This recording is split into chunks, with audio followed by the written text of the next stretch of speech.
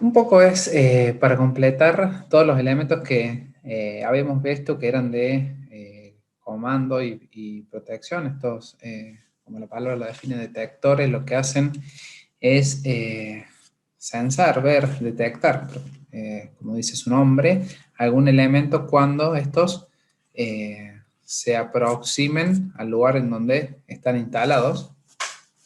Acá vemos en esta primera diapositiva algunos tipos de ellos. Vamos a ver específicamente cuáles existen o cuáles son los más utilizados.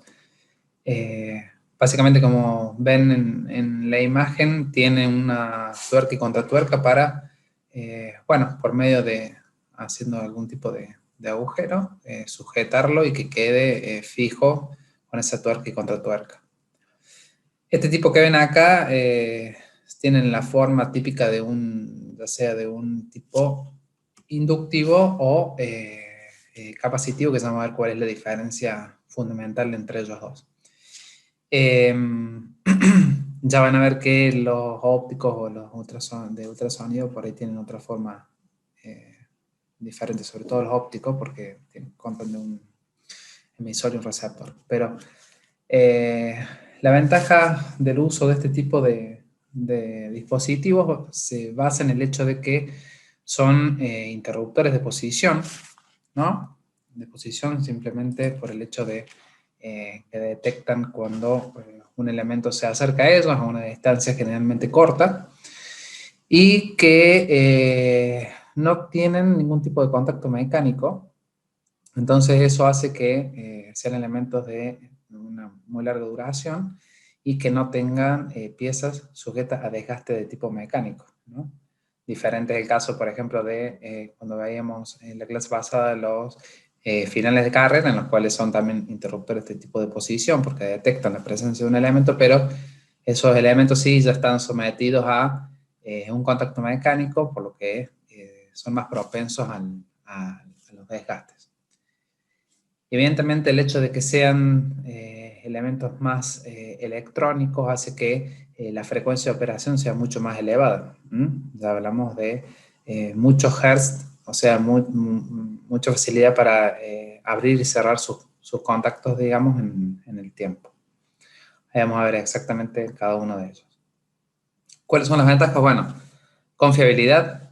Ya van a ver en qué casos son más aptos unos que otros, ¿no? Exactitud, vida útil, como estábamos diciendo recién, al no tener piezas sujetas a contacto mecánico ni a desgaste. Frecuencia de operación, como le estaba diciendo recién. Velocidad de respuesta, evidentemente. Y la insensibilidad a influencias ambientales en el caso de, bueno, con ciertas limitaciones, ¿no? Por el hecho, por ejemplo, y sobre todo, los que sean los luminosos, va a haber que controlar bien las fuentes de luz extra, digamos, que haya al dispositivo, y en el caso de los ultrasonidos, bueno, las ciertas restricciones a los ambientes en donde haya mucho ruido.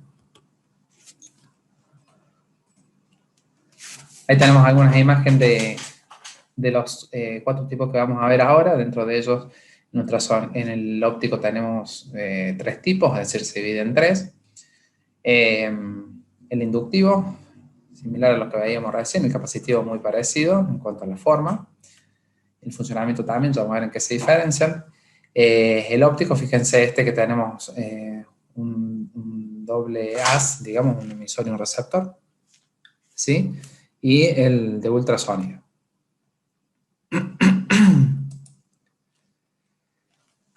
Los primeros que vemos, los más comunes y por ende los más económicos, son los detectores de proximidad inductivos. Estos detectores de proximidad lo que hacen es detectar todo tipo de material que sea conductor. Y en lo posible, o mejor aún, si esos materiales conductores son ferromagnéticos, esa característica física del material hace que mejore la capacidad del detector para verlos, para detectarlos. ¿Cómo funciona? Básicamente el detector genera un campo magnético alterno, ¿sí? De alta frecuencia, y ese campo magnético sale por la cara plana, vamos a ir a la imagen, sale por esa cara plana roja que vemos acá, ese campo magnético, y cuando algún material, y de acá que tiene que ser conductor, y si es ferromagnético mejor, se acerca a una determinada distancia, absorbe parte de la energía de ese campo magnético, y bueno, la electrónica interna del dispositivo lo detecta, esa variación de la energía, y hace que el detector básicamente cambie el estado de sus contactos. Es decir, puede darse el caso que tenga, por ejemplo, un normal abierto o un normal cerrado, o uno y uno, o más, lo que sea, y lo que va a hacer el detector de proximidad es cambiar el estado de esos contactos. Bueno, esto es lo que dice en este párrafo de acá, el primero. En el segundo, lo que le decía recién, objeto conductor normalmente metálico, entra, es influenciado y detecta. Y por último, el tema de los metales ferromagnéticos, como el acero y el níquel, absorben mayor energía, lo que hace que la distancia de operación, la distancia en la cual son detectables los elementos, sea mucho más elevada. Sin embargo, les decía, detecta materiales no ferromagnéticos como el aluminio, pero da una significativamente más baja longitud de operación, o sea, distancia de detección. Nunca me sonó tanto el zoom como hoy, no sé si ustedes lo escuchan también. Ahí está, perdón. Bueno, muy esquemáticamente, simplemente para que ustedes conozcan internamente qué es lo que tiene el sensor, el detector de proximidad. No vamos a profundizar mucho, pero como les decía, consta de una bobina y un oscilador, que es la que se encarga, el oscilador, el que se encarga de generar nuestro campo magnético, con la bobina, y ese campo magnético es el que se ve a la izquierda, que sale de la cara plana del detector de proximidad, y cuando se acerca un elemento a detectar, parte de la energía que contiene este campo magnético es disipada por este material, lo cual el circuito de disparo lo detecta un cambio en esa energía, y comunica al circuito de salida que hay un material dentro de la franja de detección, y cambia el estado de sus contactos. Este ya sería la parte trasera del dispositivo, en donde salen las conexiones para nuestro circuito de comando. Está claro que este tipo de elementos no pueden manejar potencias muy elevadas. Si se requiere manejar algún dispositivo con alguna potencia grande, evidentemente vamos a tener que pasar por algún tipo de relé intermedio que me habilite a manejar corrientes más grandes, ¿no? Así que bueno, acá tienen que se trata de una bobina con núcleo de ferrito, un oscilador, el sensor de nivel de disparo, que sería el circuito de disparo, dice nivel porque lo que está detectando es el nivel de la energía que está generando la bobina, ¿sí? Cuando se acerca el elemento a detectar, las corrientes que se producen en el objeto absorben energía, que es la que detecta, evidentemente, el sensor.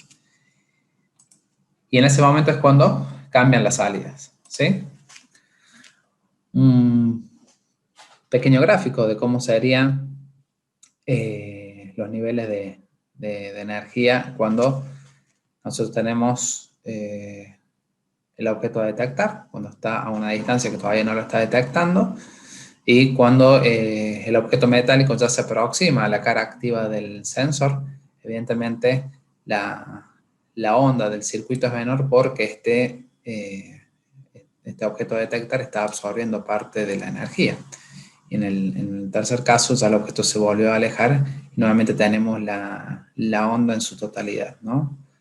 ¿Qué está pasando? Bueno, lo que está pasando en este caso es que ya en el circuito de salida nosotros detectamos el cambio a on, digamos, antes estaba apagado, ahora está prendido.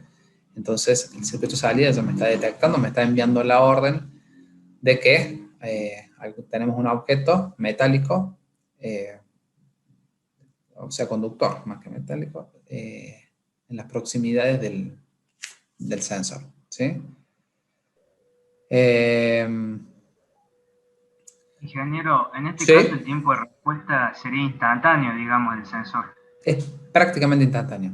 Prácticamente instantáneo. Ahora vamos a ver las características que tiene, cuáles son digamos, los tiempos y cuál es el tiempo de conmutación del elemento, pero es prácticamente instantáneo. Cuando el objeto a detectar se aproxima y entra ya en las distancias de detección, que son muy, muy chicas, son milímetros, decenas de milímetros, o sea, algunos centímetros, el sensor cambia el estado de manera prácticamente instantánea.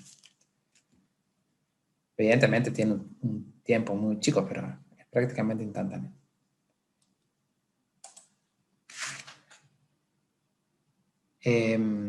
Estas curvas lo que nos están mostrando básicamente es cómo influye el tipo de elemento a detectar.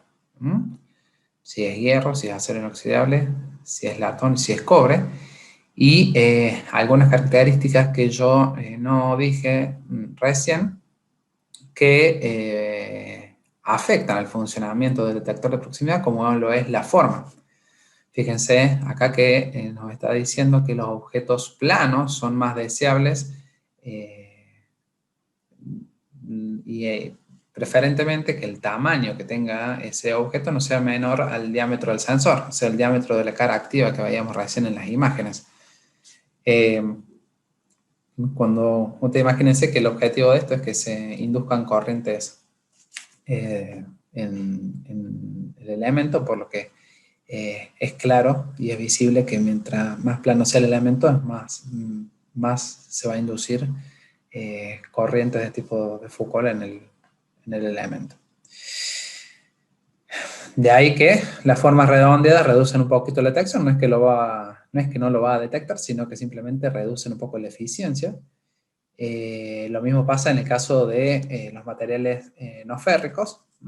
Van a reducir un poco la distancia de detección si lo comparamos con el caso de cuerpos metálicos, y cuerpos laminares también pueden incrementar un poco la detección. Bueno, básicamente estamos viendo diferentes tipos de materiales y lo que vemos es la distancia en la que puede ser detectado, ¿sí?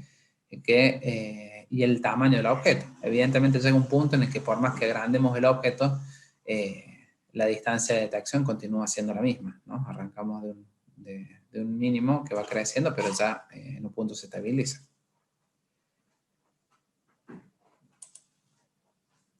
Esto es algo bastante importante, que es un poco el tema de la histéresis o la diferencia que hay entre el punto en el cual el objeto es detectado cuando se acerca y cuando el objeto ya es dejado de detectar, digamos, cuando se está alejando. Eso tiene una lógica y está hecho así a propósito, que es para que no... si el objeto queda justo en el punto en donde lo empezaría a detectar, lo empieza a detectar, podría producirse un fenómeno de rebote u oscilación, digamos, que haría que el elemento prenda y apague continuamente. Como suele pasar a veces si han prestado atención, sobre todo en las lámparas LED del alumbrado público, a veces en horario justo del atardecer o cuando está amaneciendo se produce un encendido y apagado medio continuo de las luces. Eso es justamente porque no hay un histéresis que nos haga, o sea, que haya esa diferencia entre el punto en el que lo detecta al punto en el que se aleja, o al punto cuando, digamos, cuando ya bajó, en el caso del alumbrado público, cuando ya bajó de una cierta cantidad de luz, no debería ser el mismo punto que cuando comienza a ver luz nuevamente, ¿sí? Para que no se produzca ese fenómeno de oscilación. No sé si se entiende. Fíjense en el gráfico que tenemos un punto de conmutación cuando se está acercando el elemento, que está acá, está la distancia de operación. Es decir, que desde este punto hacia el sensor lo va a detectar. Ahora, cuando nosotros nos empecemos a alejar, no es que en este punto ya lo va a dejar de detectar, sino que lo va a dejar de detectar en este de más arriba. También puede ser en el caso de que tengamos elementos a detectar en atmósferas que tengan mucha vibración. Entonces podría pasar que lo esté continuamente detectando y no detectando el elemento. Para eso es este fenómeno de histéresis. Claramente, esto que dice acá abajo, sí, el ejemplo que le decía de cuando el elemento detector está sometido a vibraciones, la amplitud de la vibración no va a tener que superar esta distancia de histéresis, porque si no, sí se va a producir la oscilación o el fenómeno de rebote. Bueno, ¿cuáles son las características entonces fundamentales de estos detectores de proximidad inductivos? Estábamos hablando siempre de los inductivos. Como vieron en las imágenes, tienen roscas métricas de distintos tamaños, 5, 8, 12. La distancia de detección está entre, fíjense esto, muy importante para cuando tengan que diseñar algún tipo de circuito. Físicamente no detectan entre 0,8 y 35 milímetros. O sea, un centímetro casi a 3 centímetros y medio, ¿no? O sea, muy, muy acotado la detección. Ya para otros diámetros más menores tenemos los que detectan entre 0,6 a 20 milímetros, también vienen cuadrados, que detectan hasta 75 milímetros, hasta un poquito más. Y bueno, el tema del rango de la tensión de alimentación, siempre en estos casos, estos dispositivos más electrónicos, por decirlo de alguna forma, la tensión de alimentación es bastante variable, ¿no? Pero bueno, oscila entre 10 a 65 volts de corriente continua. Y como les decía hace un ratito, puede que tenga un contacto normal abierto, uno normal cerrado, o que tenga uno y uno, o incluso se podría dar el caso que tengamos más de acuerdo a lo que se vaya necesitando.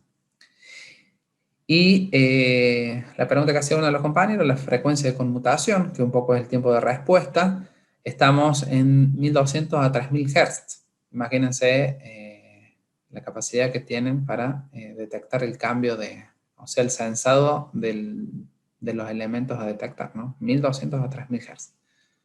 Llegando en algunos casos a 5000. Como les decía, estos dispositivos Sí, sí. ¿Esas son las detecciones que puede hacer por segundo, digamos? ¿Sería? ¿Así se Sí. interpreta? En la frecuencia de conmutación, es decir, para pasar, es muy difícil que en algún proceso necesitamos detectar semejante cambio, Sí. pero sí, frecuencia de conmutación. Frecuencia de conmutación Perfecto. entre 1200 a 3000 Hz. No. Les decía que estos aparatos, al ser de naturaleza electrónica puramente, digamos, necesitamos sí o sí aparatos complementarios para usarlos en circuitos de potencia. Y bueno, están dotados con una elevada insensibilidad a campos magnéticos externos, es decir, para que no lo afecte algún campo magnético cercano al detector de proximidad. Bueno, el uso hay muchísimo. Para lo que haga falta detectar elementos, nosotros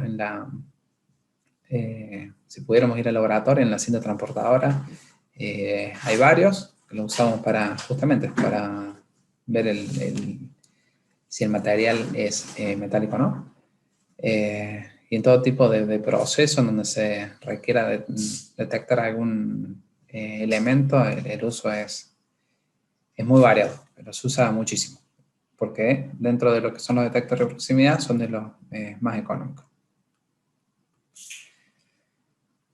El detector de proximidad capacitivo, que es el que sigue, digamos, la diferencia fundamental es que ya puede detectar cualquier tipo de material. O sea, los inductivos detectaban únicamente material conductor, material ferromagnético. En este caso podemos detectar todo tipo de material, ya sea plástico, papel, madera, lo que haga falta, líquidos.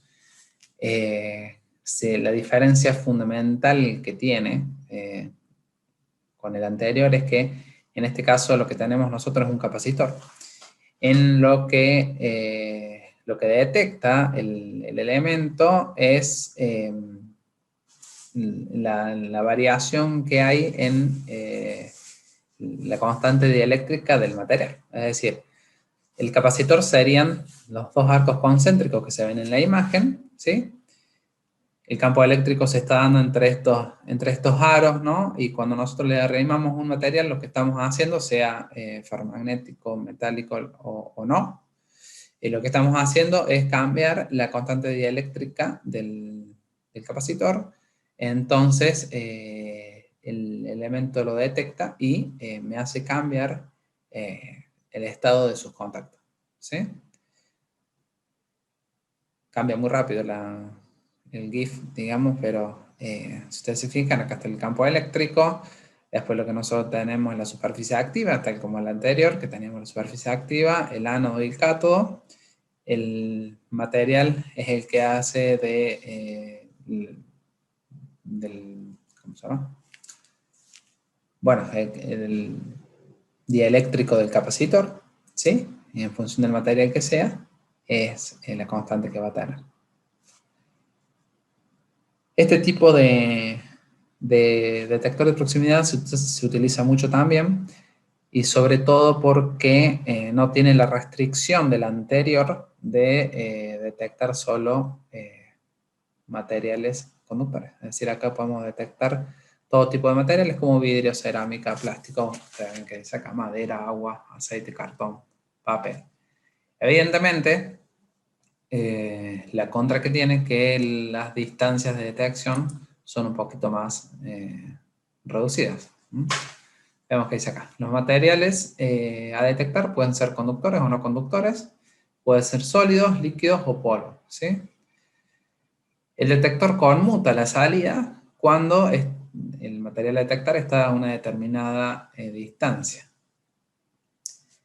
Para elementos no conductores, la distancia de conmutación depende evidentemente de la constante dieléctrica del material, que es en realidad lo que está sensando este detector de proximidad. Utilización. Bueno, señalización de nivel de llenado de recipientes, en el caso que estemos provocando algún llenado, por ejemplo, de envases de plástico, de vidrio, embalaje de material transparente, avisos de corte, bueno, en todos los dispositivos que se requiera detectar material que no sea tipo conductor, se utilizan estos sensores, ¿sí? Características eléctricas, rango de tensión, tipo de salida, frecuencia, todo muy similar a lo que vimos recién para los sensores inductivos. Les repito, ¿cuál es la diferencia fundamental? Bueno, estos detectores de proximidad en este caso son un poquito más acotados en cuanto a la distancia de detección, ¿sí? Los otros tipos de detectores que tenemos, de proximidad o de objetos, digamos, son los detectores de tipo ópticos, en los cuales se diferencian tres tipos fundamentalmente. El primero de ellos es un detector de proximidad óptico, pero en el caso emisor y sensores de luz por reflexión. ¿Cómo funciona básicamente este emisor? Lo que hace es emitir un haz de luz, el cual está emitiéndose constantemente mientras tenga la alimentación, pero cuando algún objeto a detectar se interpone frente al emisor, se produce una reflexión de parte de esa luz emitida. Alguna luz se refleja en diferentes direcciones, pero parte de esa luz emitida es detectada por el emisor, en este caso por el receptor, y es enviada al circuito, y cuando el nivel o la cantidad de luz reflejada es la suficiente, eso lo calibramos nosotros, hace conmutar las salidas. En este caso, las distancias de trabajo son relativamente reducidas, digamos. Tengan en cuenta que se tiene que producir una reflexión de la luz que emite el dispositivo y vamos a tener que tener cuidado con la interferencia que se pueda llegar a producir por la luz natural, ¿no? Evidentemente, si tenemos ambientes muy iluminados, puede que estos dispositivos no nos funcionen correctamente. Así que, pero bueno, evidentemente, conforme vamos aumentando la complejidad del detector, va aumentando el costo. Por eso, este sería de los ópticos, de los más económicos. Otro caso, bastante similar al anterior, pero la diferencia que tenemos acá es que, bueno, tenemos el emisor y el receptor todo en un mismo cuerpo, al igual que recién, pero en este caso lo que tenemos es una reflexión sobre un espejo, de tal forma de que la mayoría de la luz que salió desde el emisor fue absorbida por el receptor mediante la reflexión en el espejo que está puesto en el extremo opuesto, como se ve en la imagen. Lo que pasa acá simplemente es que cuando el objeto se interpone entre el dispositivo y ese espejo, la cantidad de luz que retorna al receptor es mucho menor, entonces se produce la conmutación de las salidas, avisando o cambiándome el estado de la salida, avisando que hay un objeto interpuesto entre el emisor y el espejo, ¿no? Sería como un inverso del anterior este. Sí, lo que pasa es que en realidad el anterior, el que hace es como un inverso, ¿no? Pero el que hace de espejo, por decirlo de alguna forma, no es espejo, pero el que refleja la luz es el objeto propio a detectar, ¿sí? Por Claro, eso claro, es el inverso sí, sí, de este tipo de detector. exactamente. Sí, entiendo tu inquietud. Sí, sería el inverso. Bien. En este caso Bien. detecta cuando se refleja parte de la luz emitida, y en este caso lo que está detectando es cuando deja de reflejarse Claro. esa luz emitida. Como ¿Esa ven acá. luz es visible o no? ¿Cómo? ¿Es visible esa luz que tira el detector o no? Generalmente son luces emitidas por LED tipo infrarrojo, no, son visibles, las ves en el emisor y receptor la ves, pero no la ves en el ambiente, digamos. No sé si me explico. Vos no ves el haz de luz, sí ves en el receptor, que suelen ser rojas habitualmente. No sé si me explico lo que quiero decir. Vos la ves en el emisor, ves el LED con rojo, pero no la ves, no ves el haz traspasando el aire, por decirlo de alguna forma. Claro, sí, sí. Infrarrojos suelen ser. Generalmente los ascensores tienen ese sistema, Ujú. en la cual se ve, como dice Carlos, en el emisor, un LED de color, pero en el ambiente no se ve el haz de luz. Ujú. Exactamente. Si vos te fijas detenidamente, el emisor y el receptor ves, incluso ves si vos le pasas la mano o lo que sea, ves que se corta, que deja de detectarlo el receptor, perdón, pero vos no lo ves al haz de luz en el aire, digamos, en el ambiente.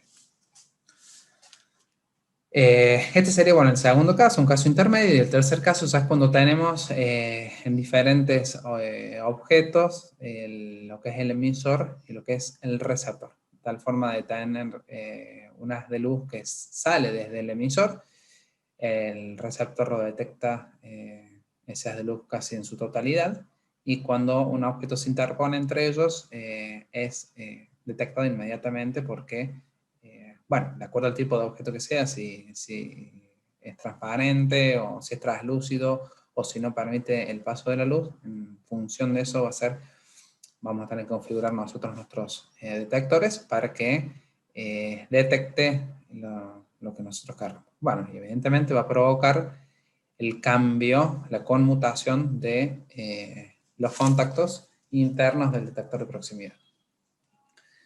Yo digo los contactos internos. Imagínense que son dispositivos netamente electrónicos, ¿no? Así que lo que puede llegar a estar cambiando en realidad es la polarización de la puerta de un transistor, por ejemplo. La verdad que desconozco el circuito, pero a lo que voy es que, de la base de un transistor, perdón, a lo que voy es que imagínense que las corrientes que manejan son corrientes muy, muy débiles. Por eso hago hincapié en esto, en que si nosotros lo necesitamos para manejar corriente más elevada, vamos a tener que pasar a un elemento intermedio como un relé o algo que me aumente la potencia disponible. Es decir, con esto yo no voy a poder accionar un motor, ¿no? Está claro eso.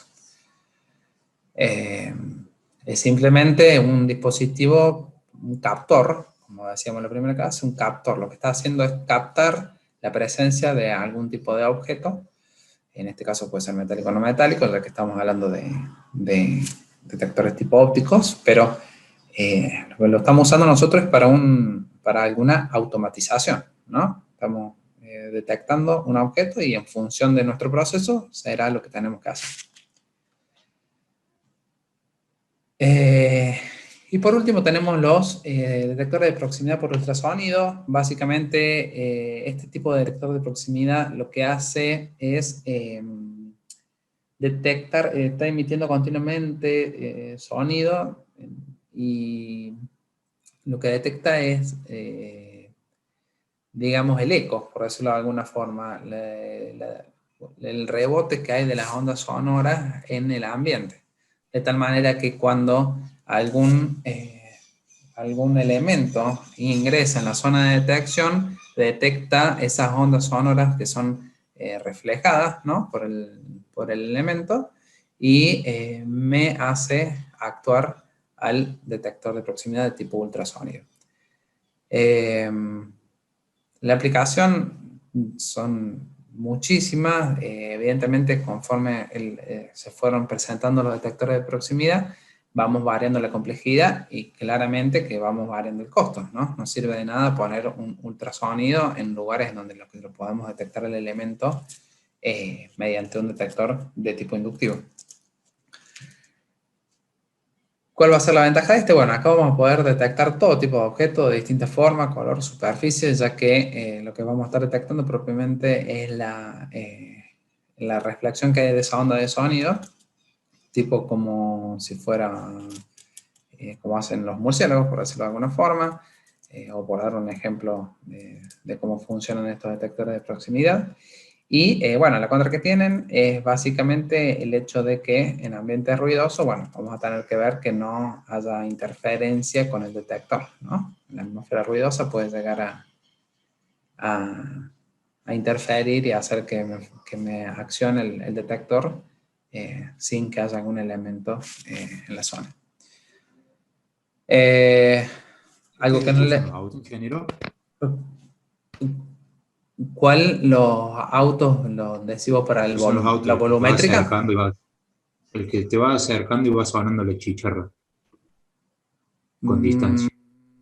La verdad que no lo sé, puede ser porque no es el caso de ninguno de los otros, estimo.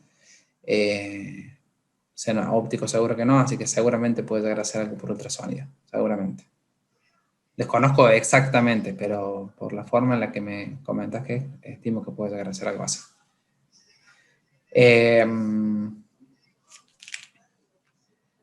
Bueno, abajo dice bueno, que algunos son directamente aptos para conectar en el circuito y otros necesitan algún tipo de unidad de evaluación para cada sensor. Evidentemente son sensores bastante más complejos y que podemos llegar a necesitar alguna interfaz por medio de una computadora, ¿sí? ¿Cómo vamos a elegir estos sensores? Bueno, va a ser en función de lo que nosotros requiramos detectar. O sea, ya sea el material como las longitudes, o sea, las distancias a las cuales necesitamos detectar el elemento. Evidentemente para detecciones a distancias cortas, menores a 50 milímetros, incluso habíamos visto que uno de los detectores de proximidad inductivo, si eran tipo rectangular, podían llegar hasta los 75 milímetros. Podemos irnos hacia los sensores inductivos o capacitivos. que resultan de menor costo. El empleo de inductivo capacitivo va a depender evidentemente de la naturaleza metálica o no del material a detectar. Para distancias más largas podemos irnos a ultrasónicos u ópticos, teniendo en cuenta, como les decía recién, las limitaciones que puede llegar a haber de los ultrasónicos en ambientes ruidosos y de los otros en materiales a detectar transparentes, o incluso cuando el lugar en donde se los instalen a los ópticos haya demasiada luz ambiente y pueda llegar a provocar interferencia. Entonces, bueno, todas esas consideraciones ustedes las van a tener que tener en cuenta a la hora de elegir estos detectores de proximidad. Como les decía anteriormente, la cantidad de elementos de este tipo, captores sobre todo, y preaccionadores que hay en el mercado es elevadísima. Nosotros les damos un pantallazo como para que ustedes conozcan, pero bueno, hay de todo tipo de sensores, de detectores, ya sean activos, ¿se acuerdan que habíamos visto que eran los que requieren estar energizados o no, o pasivos, que requieren de la intervención o de la mano del hombre? Pero bueno, la cantidad de este tipo de captores es infinita, digamos, en el hecho de que las tensiones, las corrientes, vienen de todo tipo de material. A lo que voy es que lo que ustedes van a tener que analizar cuando les toque, si les toca hacer algún tipo de automatismo, es llevarlo a lo que ustedes necesitan y en función de eso tener un pantallazo, decir, bueno, acá con un detector inductivo lo salvo, o me tengo que ir a un capacitivo, o bueno, ya si es algo un poquito más complejo, me voy a tener que pasar a un ultrasonido, o a lo mejor con algún óptico de barrera, como el último que vimos, lo puedo solucionar. Bueno, todo eso va a depender del proceso, de lo que ustedes tengan que automatizar, ¿sí? Bueno, con esto se acaba la primera unidad de la materia, y le voy a dar el paso y la bienvenida a Gustavo Perona, que se suma hoy de a poquito a la cátedra. Así que bueno, Gustavo, bienvenido, y te dejo, yo me quedo, pero te dejo que le comentes un poco el práctico a los muchachos. Bueno, los saludo de nuevo a todos. Veo algunas caras conocidas, algunas no. Como les debe haber comentado Carlos, la primera clase me he tenido que operar de la lengua, por eso a lo mejor notan que hablo un poco raro todavía.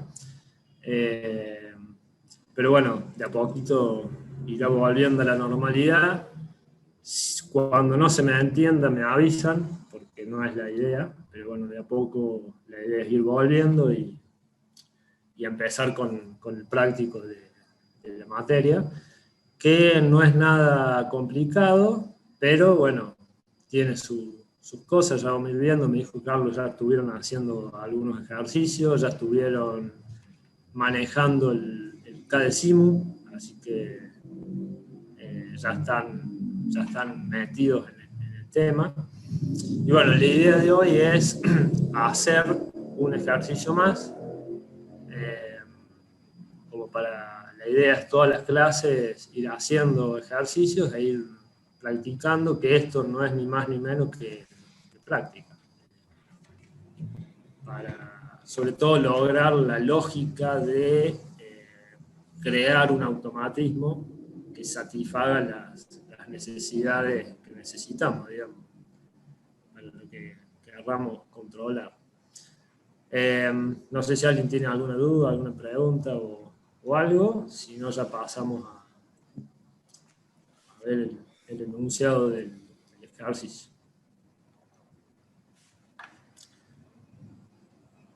Bueno, voy a compartir el enunciado. ¿Se escucha bien? Sí, ingeniero, se escucha bien. Bueno, Sí, gracias. se escucha perfecto. Bueno, no sé si ahí están viendo Este es el ejercicio práctico número 2 del año pasado. Entiendo que ustedes ya sería el número 3 de la carpeta de este año. Sí. En sí lo que vamos a hacer hoy es el esquema de potencia, comando y protección de un semáforo. Simple, pero que tiene sus cuestiones. Básicamente, el principio de funcionamiento, ¿cuál va a ser? Mediante un pulsador de marcha le vamos a dar inicio al sistema, ¿sí? Va a comenzar a funcionar el semáforo. ¿Cómo comienza? Primero encendiendo la luz verde durante 20 segundos. ¿Sí? Pasado ese tiempo, se apaga la luz verde, se enciende la luz amarilla durante 5 segundos, y pasado esos 5 segundos, se apaga la luz amarilla y se prende la luz roja durante 10 segundos. ¿Sí? Finalizado esos 10 segundos de la luz roja, inicia el sistema de nuevo, prendiéndose de nuevo 20 segundos la luz verde. ¿Sí? Y se apaga la roja. La idea es que a alguno de ustedes, el que se anime, le doy la opción para compartir la pantalla, abren el KDesimu y entre todos empezamos a plantear el trabajo y vemos si lo logramos hacer funcionar. ¿Quién se anima?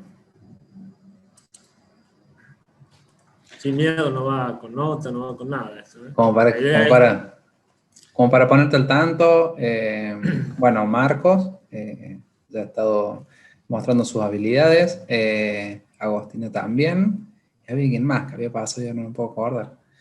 Pero, bueno, como para que vayamos participando todos. Que sea alguien distinto, y la idea es que, a ver, si estuviéramos en clase en el pizarrón, pasaría alguien al frente a hacerlo, así que esto es lo mismo, un poco más cómodo, porque es desde la compu, así que es más fácil.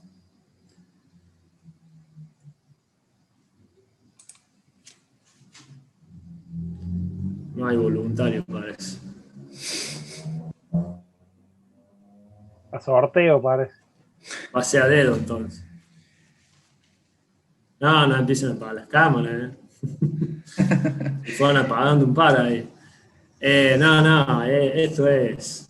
Sí, es para que le agarren la mano, de hecho, no es para evaluarlo. Lo hacemos entre todos, no es que el que comparta lo va a hacer solo. Entre todos vamos opinando y vamos viendo si funciona o no funciona.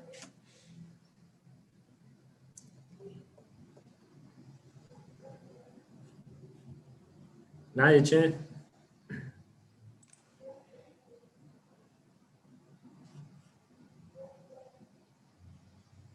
¿El heredero no se anima, el heredero? No me animo, pero bueno, No. ya lo armo. ¿Había alguien que había pasado? ¿Mariano vos había? Mariano Molinelli, puede ser que había pasado también. Aquí marcan, ¿no? Hay quien pasó. Había hecho de inversión de marcha. Sí, me parecía. Exactamente. Bueno, vamos así terminamos antes también. Todo lo tienen el programa, les funciona. Bueno, ahí Enzo Ávila dice que sí, así que compartan nomás. Ahí le pongo Muy bien. como anfitrión.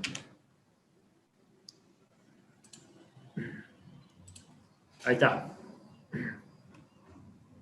Voy a buscar la contraseña del programa. 4962. Es, sí. 4962.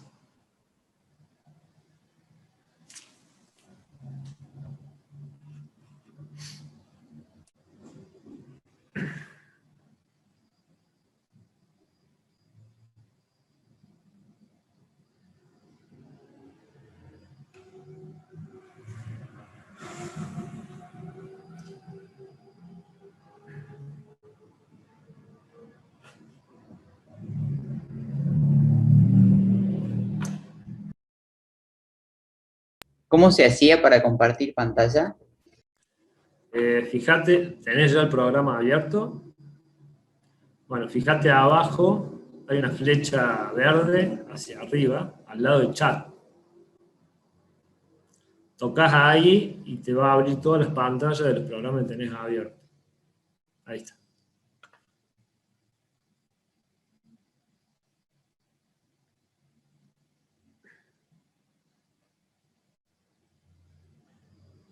Si ves arriba en la barra de herramientas, vas a ver unas lupitas. Con esas lupas podés acercar o alejar el recuadro, digamos. Ahí está.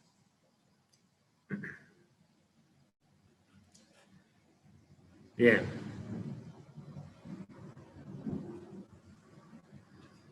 Entonces, básicamente, tenemos que armar los dos circuitos, el circuito de potencia, el circuito de comando del semáforo que dijimos, ¿sí?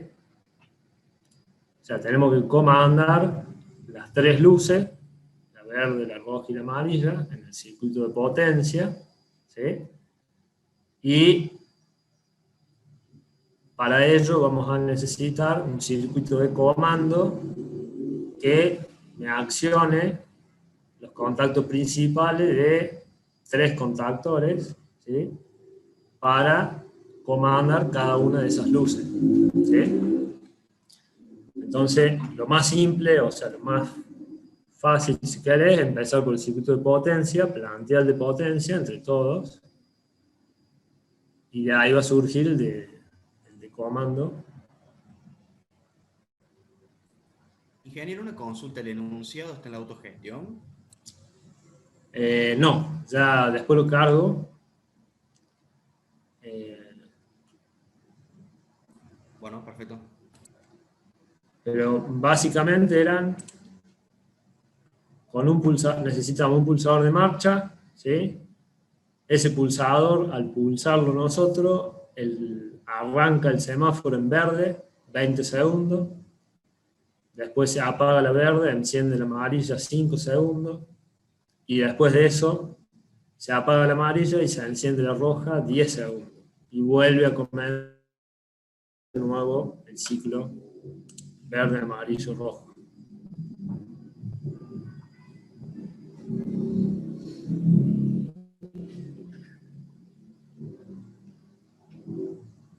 Ahí Enzo lo estaba haciendo trifásico, o me parece, o va a usar una línea para cada contactor de cada lámpara, digamos.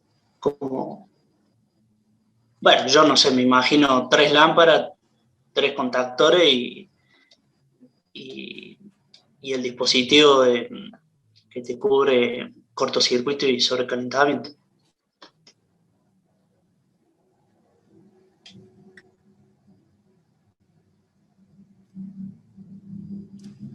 Es buena la observación que hace Matías.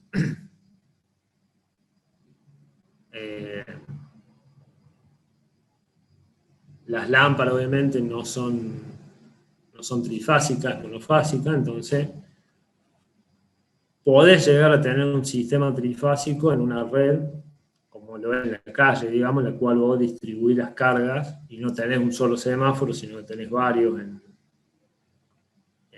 varias intersecciones, pero en este caso particular de uno solo, con una línea monofásica es suficiente.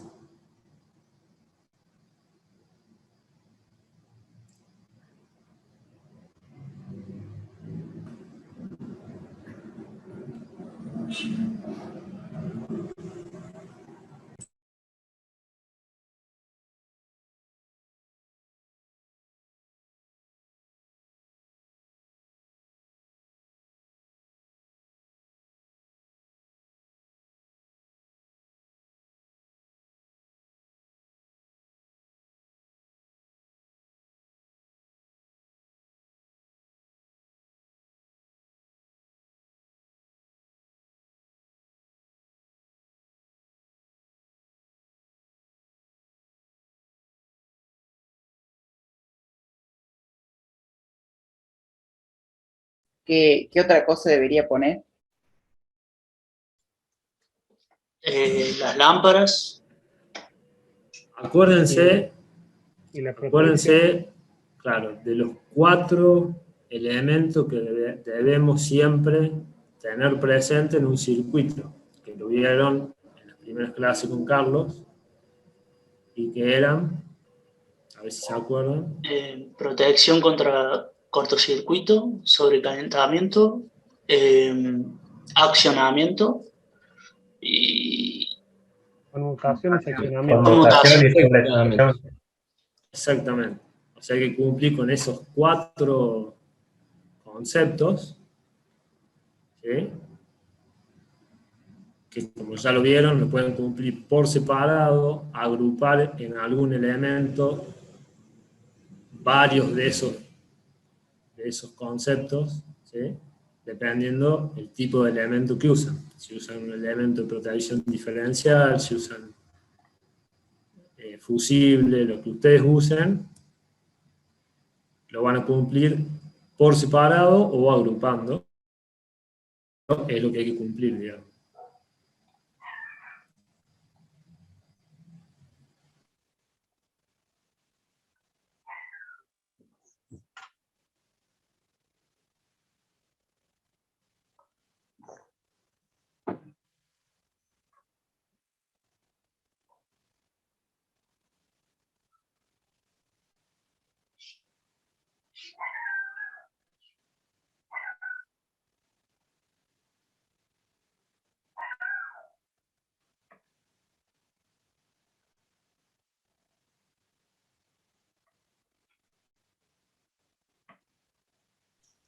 Profe, ¿cuál es la diferencia entre seccionamiento y conmutación?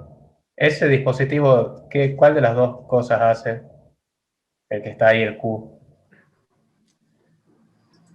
Ese elemento es una protección termomagnética, ¿sí?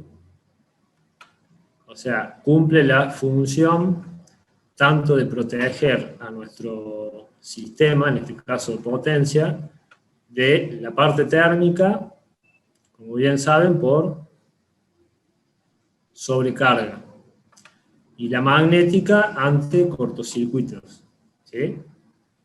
Sí. Entonces, ahí vos estás cumpliendo las 2 funciones de la protección de tu sistema.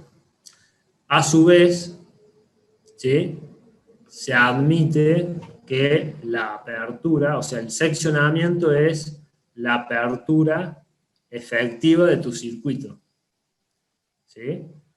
Como verán en este año en generación, si no lo han hecho todavía, o sea, el vos seccionar algo es que efectivamente y visiblemente vos tenés abierto el circuito, ¿sí?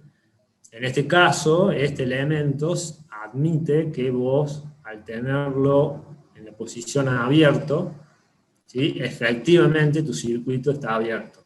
Eso es una condición de seguridad para trabajar en tu sistema, digamos, que vos seccionas el circuito. La conmutación se refiere a poder gobernar tu circuito, ¿sí? Es un elemento, un seccionador por sí solo no puede operar bajo carga, ¿sí?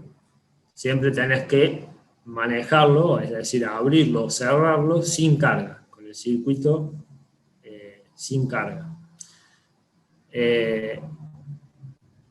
La conmutación es el proceso por el cual vos vas a poder cambiar de estado, ¿sí?, o gobernar tu circuito, abrirlo, cerrarlo, invertir el sentido de giro de un motor, por ejemplo, lo que vos quieras hacer bajo carga, ¿sí? Entonces, eso lo va a hacer ¿quién? El contactor. Los contactos principales del contactor. Ese es quien va a hacer la conmutación de tu circuito, tanto de comando como de potencia. En el caso de potencia van a ser los contactos principales del contactor. En el caso de comando van a ser los contactos auxiliares, ¿sí? Pero esa es la gran diferencia entre seccionar, proteger el circuito y conmutarlo, o la conmutación. Bien, bien, gracias. De nada.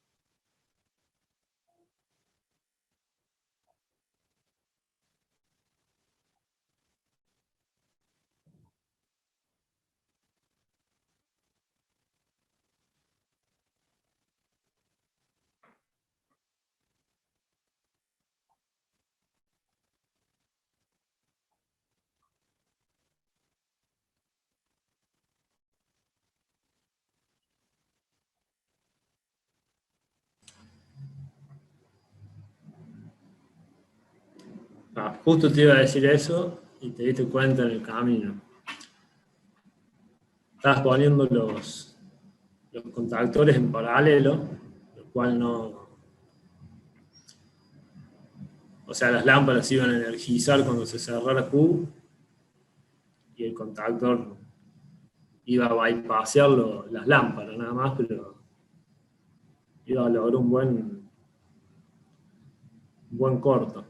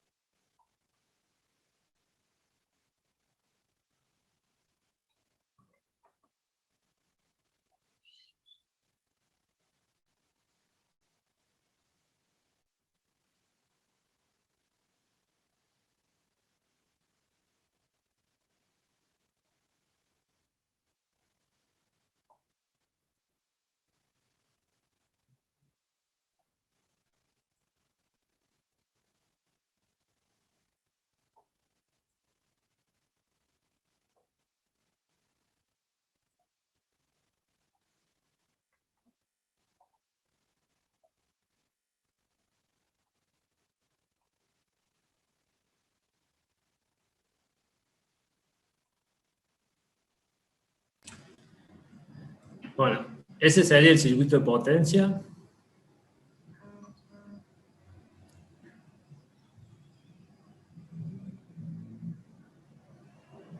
Sí, le faltaría colocar alimentación de fase y el auto.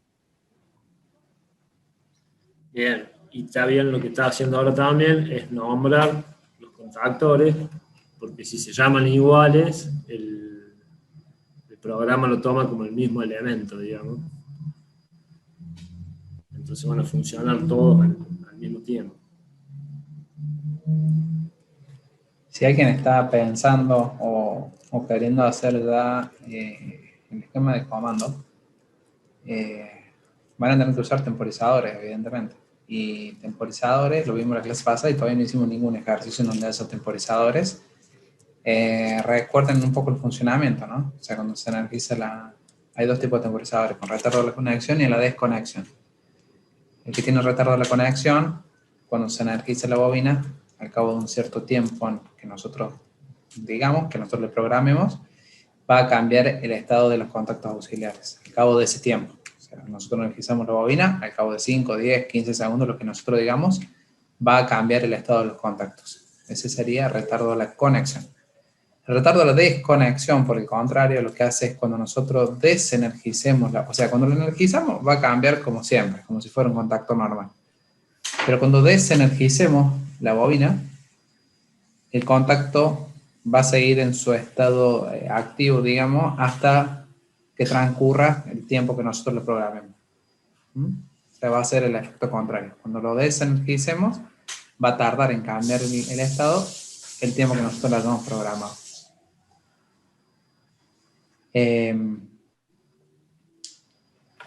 Fíjense ahí en el programa, en los símbolos, y están los contactos temporizados, auxiliares temporizados.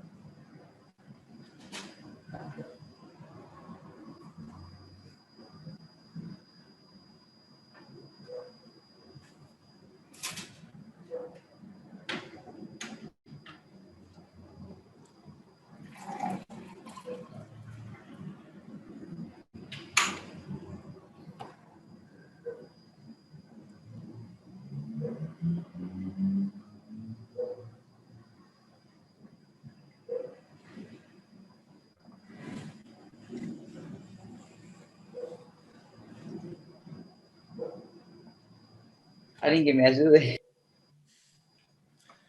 ¿Podemos ver el enunciado, ingeniero? Sí.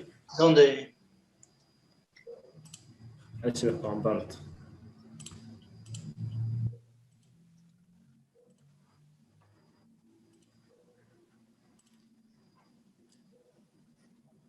¿Se ve?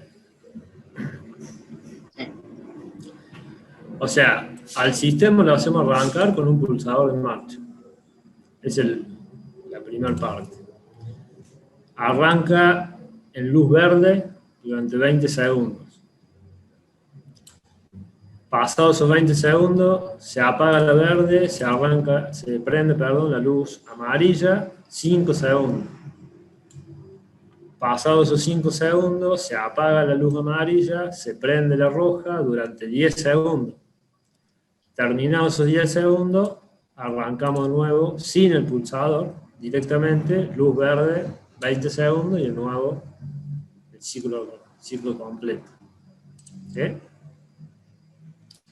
O sea, como decía Carlos recién, vamos a tener que incorporar en el circuito de comando los temporizadores, ¿sí? Y va a depender de la lógica que quieran hacer y de cómo lo piensen, si usan con retardo a la conexión o a la desconexión. Los dos se pueden usar, los dos está bien, pero es distinto el circuito. Eso, como lo piensen ustedes, como lo quieran hacer, pero se puede hacer de las dos formas, digamos.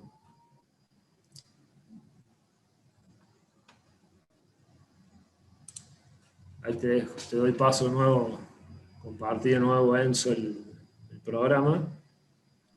¿Dónde están los interruptores por tiempo? Los temporizadores están en la segunda barra de herramientas, en una que se llama bobinas y señalizaciones. Ahí... La bobina, perdón, sí, lo que pasa es que nunca vimos, los símbolos lo pasamos un poquito rápido. La bobina tiene como una cruz al costado izquierdo, en la bobina temporizada, y el contacto con retardo de la conexión tiene como un arco, digamos como un pequeño arquito, a la izquierda del contacto, digamos. Sí, en realidad en este programa el retardo de la desconexión está pintado de negro directamente. Ah, bien. Todo el cuadrado.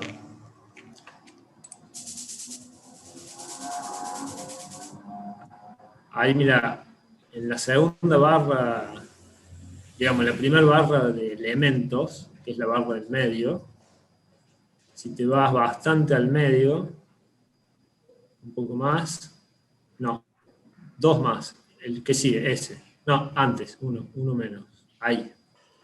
Ahí vas a tener la 1, 2, 3, 4, el quinto elemento es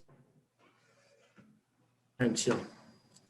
Y el del lado es con retardo a la desconexión, el de la derecha. Esos son los dos temporizadores que hablábamos recién.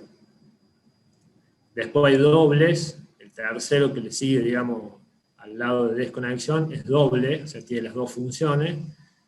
Y después ya vienen relés intermitentes, generador de pulso, o sea, otros elementos también auxiliares, digamos. O sea que esos contactos auxiliares hay que ponerlo, digamos, en paralelo con cada bobina de cada contacto. No, en realidad lo que vos estás viendo ahí es la bobina del relé del temporizador,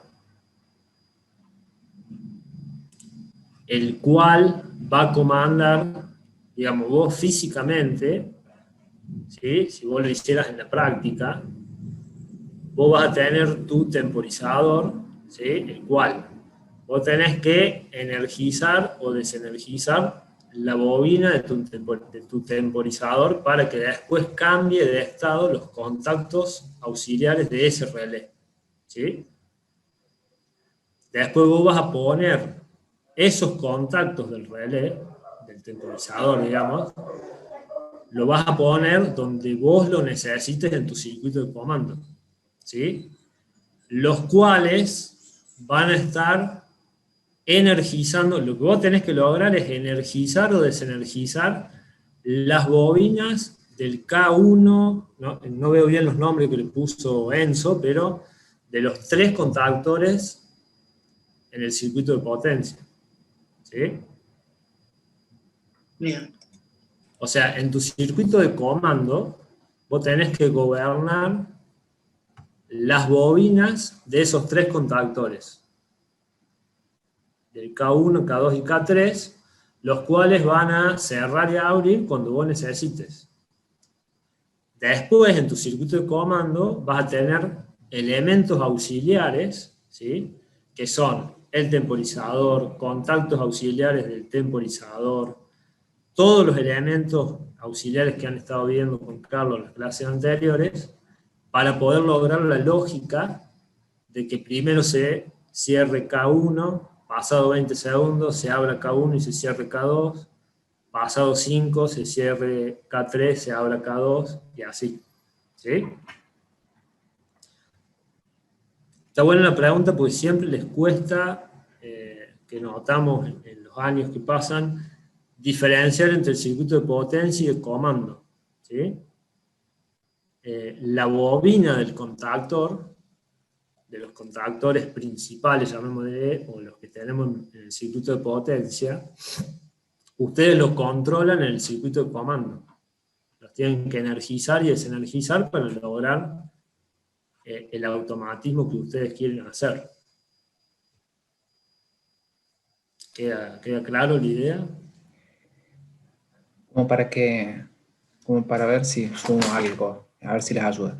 En el caso de los contactores principales, digamos, los que comandan motores, por decir, recuerden que la bobina nosotros la energizamos en el circuito de comando, el KM, lo energizamos en el circuito de comando, y los contactos de potencia, es decir, los que van a alimentar el motor, estaban en nuestro circuito de potencia, que eran los contactos de potencia. La bobina la energizamos en nuestro circuito de comando, que podría llegar a estar alimentada quizás de una fase, suponiendo que fuera de 220 del circuito de potencia, pero era parte de nuestro circuito de comando.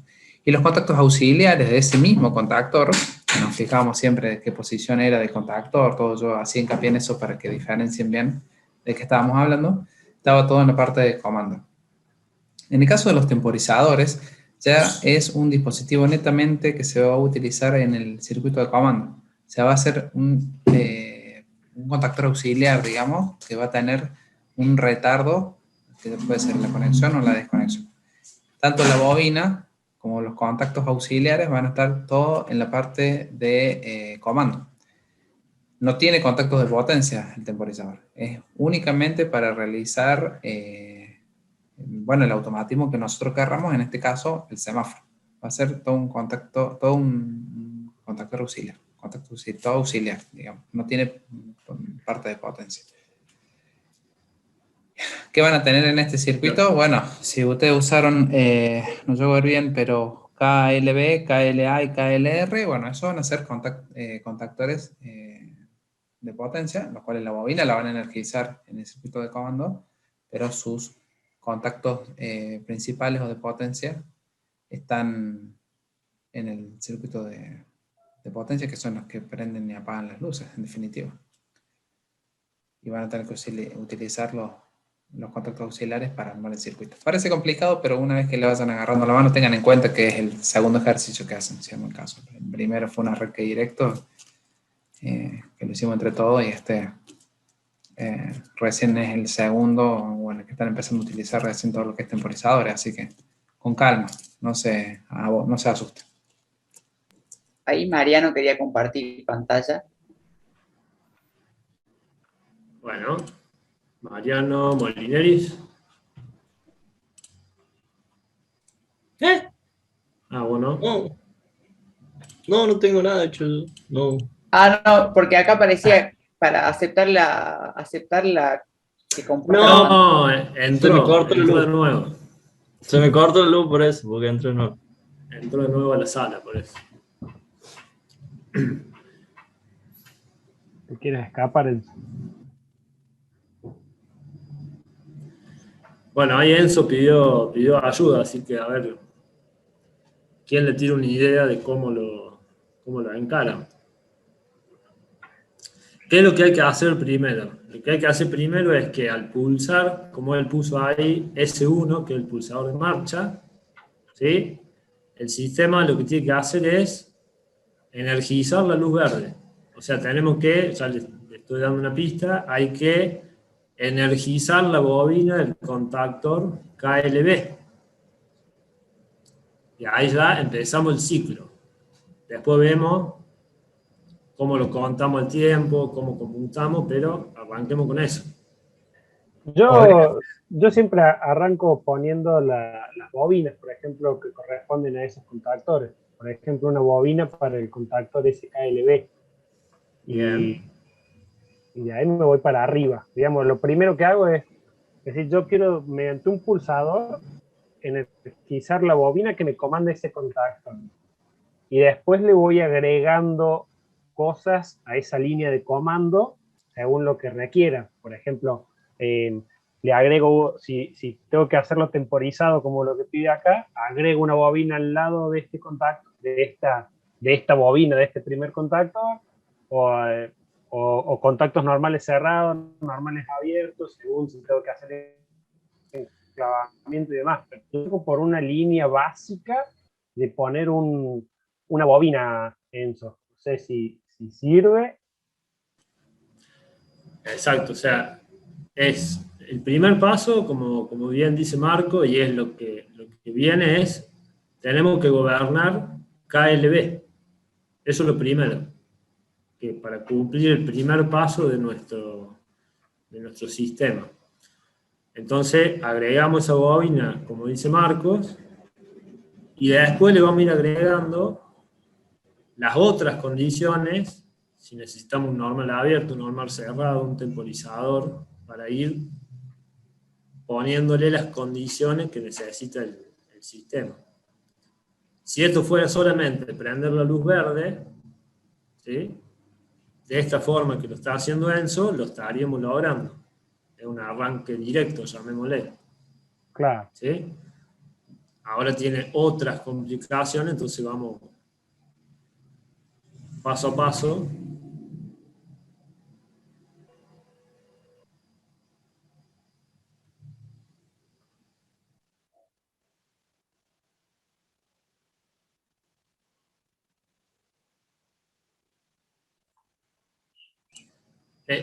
Enzo, no te compliques tanto. Directamente, o sea, de S1 baja hasta la bobina de KLB y cerrar el circuito con el neutro y hasta ahí llegamos. Después vamos viendo qué sigue.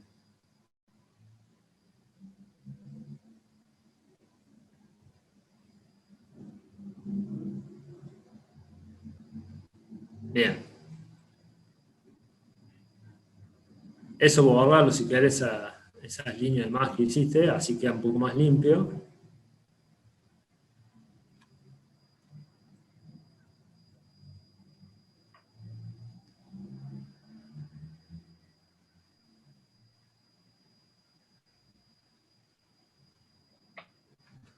Bueno, hasta ahí, si vos cerraras el fusible y mantenés apretado S1, ¿sí? Ves que energizamos la bobina de KLB y te permitiría, ahí debe tener un error en el... Ah, no está simulando, por eso no cierra KLB. Pero vos de esa forma estarías energizando la bobina KLB y cerrando o encendiendo la luz verde. ¿Sí? Puede que le falte unir ahí, no está llegando energía no está, la línea. Falta el puntito ahí que une la línea. El puntito. Y aparte no está corriendo. Tengan en cuenta cuando hay derivaciones así, hay que ponerle el punto, digamos, para que lo tome como una unión, digamos. No está corriendo, me parece que sí, por cómo está pintado. No sé si le puso... ¿Acá? Sí, el puntito, no, lo que va a tener que hacer es dejar de simular y agregarle un puntito o ver, porque no te está tomando la unión entre el cable ese que baja, digamos, que pasa por la activación termomagnética. Me parece que el del centro no te lo está tomando. A ver. Ve, mira, cerra ahí. Fíjate que te marca en color marrón, un poquito más oscuro, la línea vertical, digamos, pero no te marca en color marrón más oscuro la línea horizontal. Esa conexión para mí es la que te está... está bien, sí. Lo que puedes hacer es desde la línea vertical esa, tirar una línea para alguno de los dos costados y después tiras para el otro costado. Y ahí te lo va a tomar. Desde eso. Y ahora desde ahí mismo, ahí calculo que te lo va a tomar. Vamos a ver. Si no, hay que ponerle un punto. Una unión. Ahí está. Ahí está, Bien. O sea que ahí vemos, manteniendo pulsado, se energiza KLB y se prende la luz verde del semáforo. ¿Sí? Entonces, lo primero que ya tienen que ver es cómo hacer para no tener que mantener pulsado el S1. ¿Sí? Entonces ahí tenemos una cuestión, que es enclavar ese pulsador.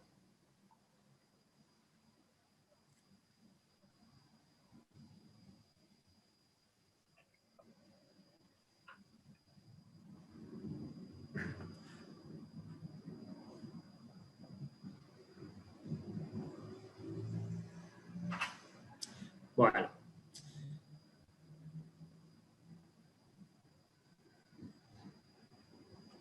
Bien, ahí quedó enclavado y queda funcionando. Después cuando sigan avanzando, pues ya nos quedan 5 minutos, así que van a terminar cada uno en su casa, pero cuando sigas avanzando con el ejercicio, digamos, vas a ver que vos al haberlo enclavado con KLB, cuando vos, al haberlo enclavado con KLB, cuando vos cumplas el segundo paso, que es que se te apague la luz verde, se prenda la luz amarilla, vas a dejar de enclavar el pulsador y se te va a apagar todo. ¿Sí? Entonces, ¿qué va a pasar? Es como decía Marcos recién, vos arrancas de lo más general y te vas yendo para atrás y a lo mejor vas a descubrir que necesitas un relé auxiliar primero para poder enclavar el pulsador y que ese relé auxiliar te dé paso a todo lo que sigue, por ejemplo. Que un relé auxiliar no es ni más ni menos que un contactor sin los contactos de potencia, que solamente se usa en la parte de comando. Es decir, es un contactor mucho más barato porque no tenés los contactos de potencia necesarios o que se utilizan para abrir o cerrar la corriente de tu circuito principal que vos gobernas, digamos. Y lo otro, si querés ahora, hagámoslo temporizado, así ven cómo se configura el temporizador, y lo usamos, así ya les queda la experiencia hecha y lo hacen de tarea para el jueves. En este caso vos usarías un... Ojo porque dijimos que el temporizador va en el circuito de comando. Exactamente. Bueno, vos ahí agarraste un temporizador con retardo a la conexión. ¿Sí?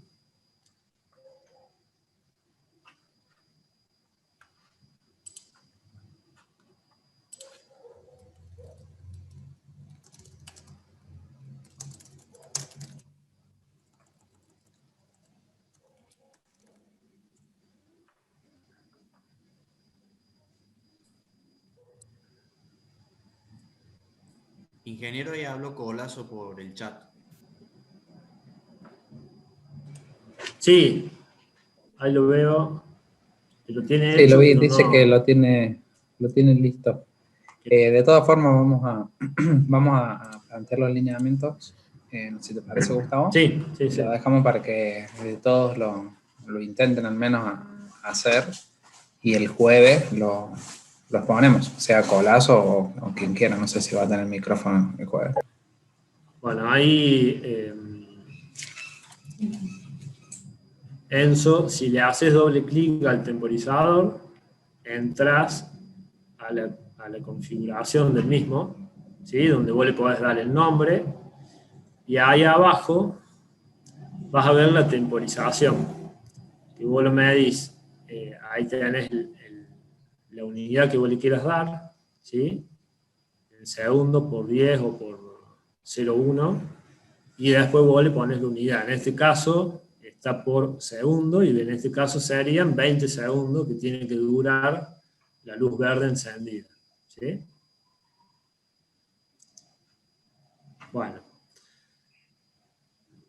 ¿Qué va a pasar ahora? Simúlalo, ¿sí? Ahí no hay que cambiarle el nombre al contactor temporizado. Sí, sí. Vos lo llamaste KLB igual que el contactor, pero en realidad es un elemento distinto, ¿sí? En este caso se puede llamar T1, T verde, o sea, referido al que es el temporizador de los 20 segundos del verde, pero es un elemento distinto a la bobina del contactor principal, KLB. Entonces, fíjate ahí que no te está dando bolilla el temporizador. O sea, se te va a energizar al mismo tiempo, pues se llama igual que el contactor, que la bobina del contactor principal. Tenés que cambiarle el nombre.